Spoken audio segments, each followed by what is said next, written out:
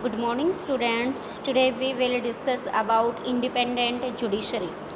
अब हम बात करते हैं कि स्वतंत्र न्यायपालिका है वो क्या है, लेकिन उससे पहले हम आपको ये बता दें कि अगर हमारे इंडिया में इंडिपेंडेंट जुडिशरी सिस्टम नहीं होता तो क्या होता।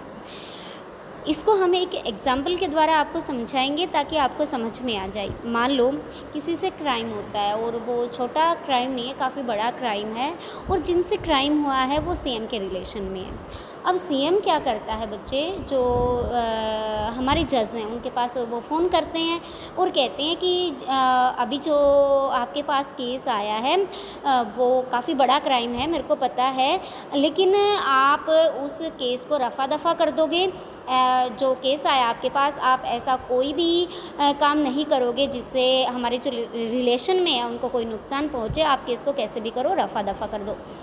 अब बात यहाँ पे जज अब क्या करे, क्योंकि उसकी जो ड्यूटी है वो उसको कहती है कि वो डिसीज़न सही ले, लेकिन एक प्रेशर उन पे जो बनाया गया है वो भी कोई कम नहीं है, क्योंकि सीएम है वो, उनका फ़ोन आया तो हर तरह की पावर उनके पास है।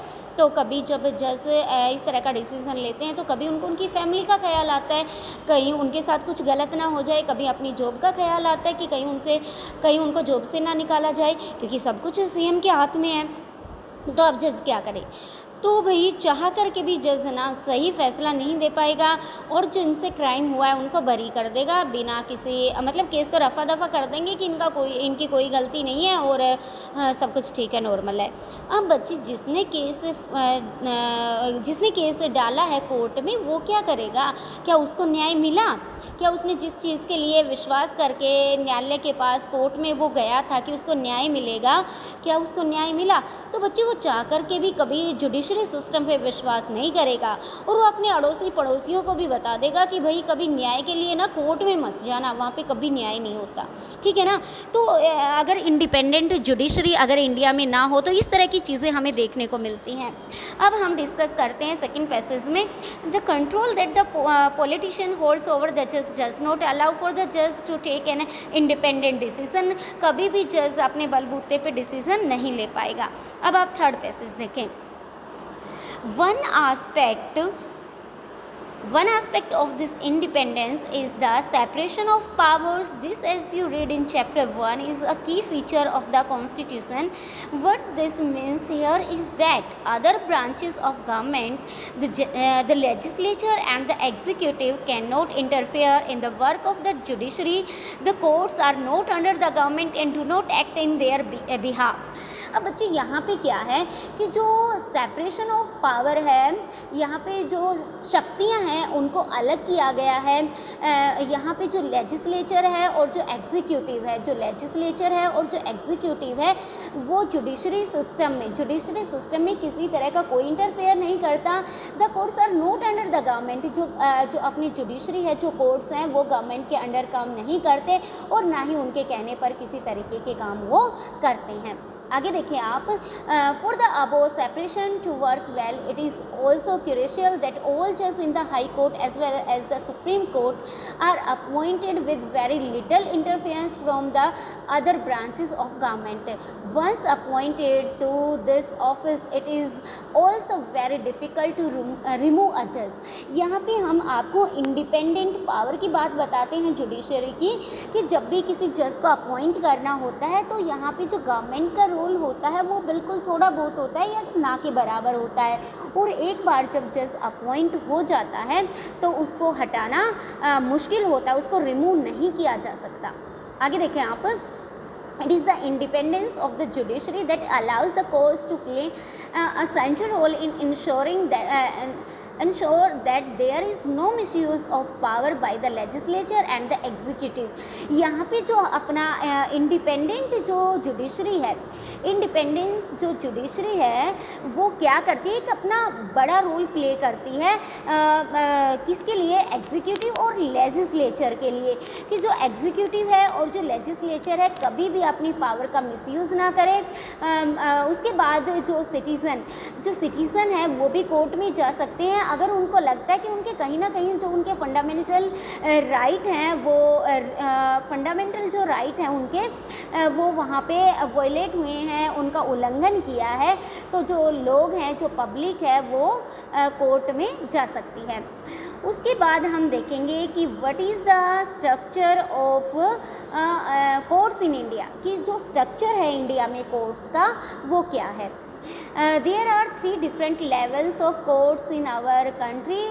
हमारे इंडिया में 3 तरह की गवर्नमेंट है, जैसे कि डिस्ट्रिक्ट कोर्ट हो गया आपका, उसके बाद आपका डिस्ट्रिक्ट कोर्ट, हाई कोर्ट और सुप्रीम कोर्ट। हमारे इंडिया में 3 तरह के कोर्ट हैं, डिस्ट्रिक्ट कोर्ट, हाई कोर्ट और सुप्रीम कोर्ट।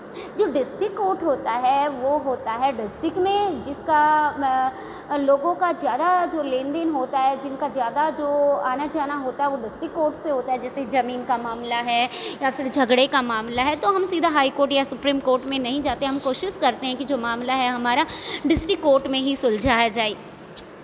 उसके बाद हम बात करते हैं हाई कोर्ट की।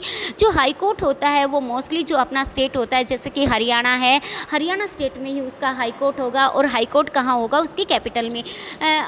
जो हाई कोर्ट होता है बच्चे, वो मोस्टली जो स्टेट होता है उसकी कैपिटल में होता है, लेकिन कई बार या तो जो स्टेट है वो सेपरेट हो जाता है, या पहले से ही कोई हाई कोर्ट है, तो कई बार वो उसकी कैपिटल में ना होकर के बड़ी सिटी में भी होता है। तो ये माना यही जाता है कि जो हाई कोर्ट होता है वो कैपिटल में होता है, लेकिन कई बार जो हाई कोर्ट है वो कैपिटल में ना होकर के सिटी में भी होता है। और अगर बात हम हरियाणा और पंजाब हाई कोर्ट की ले, तो वो चंडीगढ़ में है, और हरियाणा पंजाब दोनों का जो हाई कोर्ट है वो कंबाइन है। उसके बाद हम बात करते हैं सुप्रीम कोर्ट की। जो सुप्रीम कोर्ट है वो दिल्ली में है, और जो सुप्रीम कोर्ट होता है वो एक ही है, इंडिया का एक ही सुप्रीम कोर्ट है, और वो कहाँ पर है, न्यू दिल्ली में। एक बार देख लें आप यहाँ पे, each state is divided into district that are preside over by a district जज। उसके बाद हम हाई कोर्ट की अगर बात करें, तो high court which is the highest court of the state, at the top is the supreme court. उसके बाद सुप्रीम कोर्ट आता है that is located in new Delhi.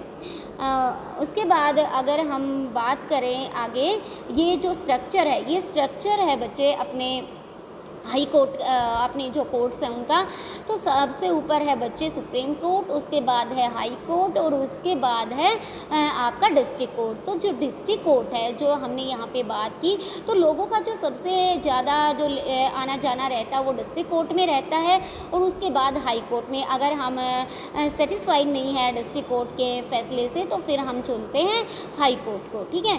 जो हाई कोर्ट मैंने बता दिया कि वो अपने राज्य में होता है, और राज्य का सबसे बड़ा कोर्ट इसको माना जाता है। उसके बाद आता है supreme court. Supreme court India में एक ही है, न्यू दिल्ली में है।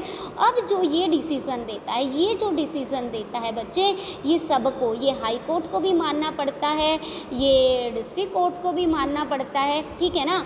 यानी कि हमारे इंडिया में जो जुडिशरी सिस्टम है बच्चे, वो कैसे आता है, वो आता है ऊपर से और नीचे, ठीक है।